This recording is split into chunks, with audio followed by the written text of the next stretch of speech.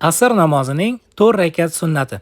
To'g'ri eshitdingiz, asr namozining 4 rakat farzidan tashqari 4 rakat sunnati ham mavjud. Lekin O'zbekistonda ko'pchilik buni bilmaydi. Bugun sizlar bilan asr namozining 4 rakat sunnatini o'qishni o'rganamiz. Ko'pchilik bilmagani uchun birinchi navbatda O'zbekiston musulmonlar idorasi tomonidan tasdiqlangan fatvoni ko'rsataman. Undan so'ng Shayx Muhammad Sodiq Muhammad Yusuf hazratlarini dalillarini ko'rsataman va hadislardan dalillarni ko'ramiz. Hamda O'zbekistonda qaysi masjidlarda ushbu namoz o'qilishini ham dalil bilan ko'rsatib o'taman. Undan so'ng asr namozini 4 rakat sunnatini sizlar bilan birgalikda o'qishni o'rganamiz. Agarda ushbu namoz sizga ham yangilik bo'lsa, videoga like bosib qo'yishni unutmang. Bu ko'pchilik e'tiborishiga sababchi bo'ladi. Qani, boshladik. Dalillar. Birinchi dalil. Assalomu alaykum shayx hazratlari. Alloh islom dini rivoji uchun qilayotgan ishlaringizdan o'zi rozi bo'lsin. Amin.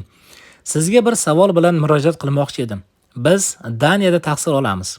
Bu yerda turk birodarlarimizning masjidiga borib turamiz. Ular har doim asr namozidan oldin va xufton namozidan oldin 4 rakat namoz o'qishar ekan. Bu holat haqida tushuncha bersangiz, Alloh rozi bo'lsin. Shayx Muhammad Sodiq Muhammad Yusuf rahimahulloh javoblari. Bu namozlar haqida Muxtasari Viqoya kitobida va uning sharhida quyidagilar aytilgan.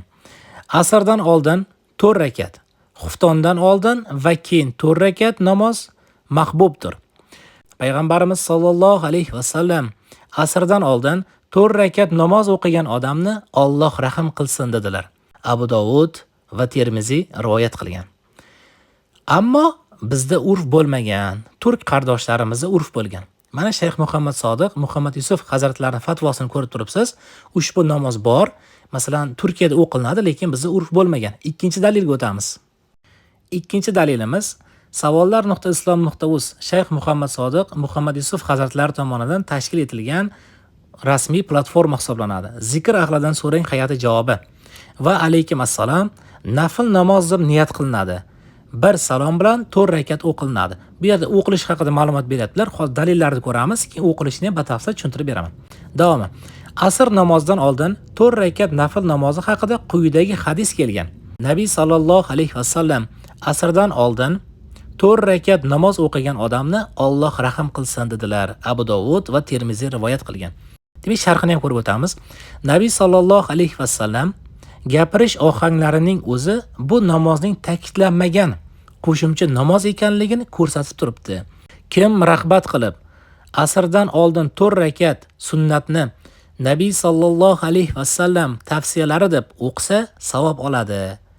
Alloh unga rahim qiladi. Hadis va hayot kitobidan. 3-dalilimiz bo'lyapti.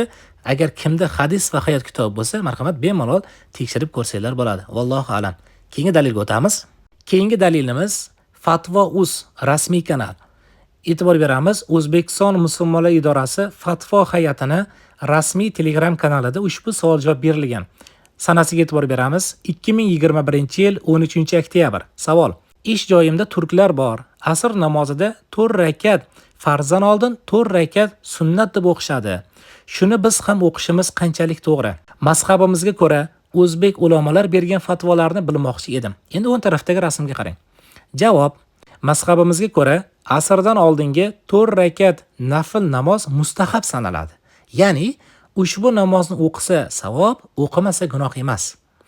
Boshqa sunnatlar kabi ta'kidlangan sunnat emas. Shuning uchun bizning diyorimizda keng tarqalmagan. Qarang, mana o'qisangiz savob olar ekansiz, o'qimasangiz gunoh yo'q ekan. Bizning diyorimizda keng tarqalmagan. Lekin ba'zi ahli ilmlar ushbu namozni ham qoldirmay o'qib keladilar. Vallohu alam. O'zbekiston musulmonlar idorasi fatvo hay'ati.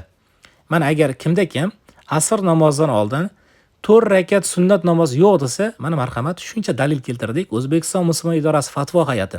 Savollar.islom.uz hadis va hayot kitobidan Shayx Muhammad Sodiq Muhammad Yusuf hazratlarini savol-javoblarini ham keltirdik. Zikr ahlidan so'rang hay'ati. Bundan tashqari juda ko'plab dalillarni keltirish mumkin. Eng zo'r dalilni aytaymi sizga? Ushbu namoz O'zbekistonda ham masjidlarda sekin-sekin o'qilishni boshladi. Mana men sizga yana bitta dalil sifatida ko'rsatib o'taman. Masalan, o'zimizda Toshkent shahrida Malika bozor yonida oq masjidda ham ushbu namoz o'qilinadi. Mana ushbu kadrga e'tibor bering. e'tibor bersangiz, hozir mana asr namoziga azon aytilyapti. Hozir azon aytilib bo'linadi. Hozir joyini ham ko'rsaman. Undan so'ng hamma turib asr namozining 4 rakat sunnatini o'qishadi. Diqqat bilan kuzatamiz. Hozir azon tugagan joyini qo'yib beraman. Undan so'ng hamma namoz o'qigani turganini ko'rsatib beraman. Mana e'tibor bersangiz bo'ladi. Asr namoziga azon aytilib bo'lindi. Hamma turib endi o'zlari asr namozining 4 rakat sunnatini o'qishyapti. Ya'niki asr namozining 4 rakat farzidan oldingi 4 rakat sunnat namozini o'qishyapti. Undan so'ng hamma o'qib oladida, undan so'ng takbir aytilib, keyin asr namozining 4 rakat farzi o'qilinadi.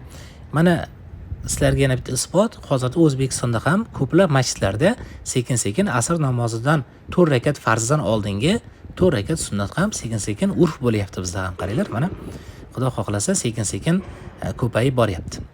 Masalan, siz ham qaysi masjidlarda ko'rgansiz, masalan qaysi viloyatda turasiz, o'z turgan joyingiz aytsangiz shart emas. Masalan, Andijon shahrida shu masjidda o'qilinadi yoki Toshkent shahrida shu masjidda ko'rganman desangiz, bu yangilar uchun ham bir qo'shimcha bir ma'lumot bo'lardi. Videosida yozib ketishingizni iltimos qilardik.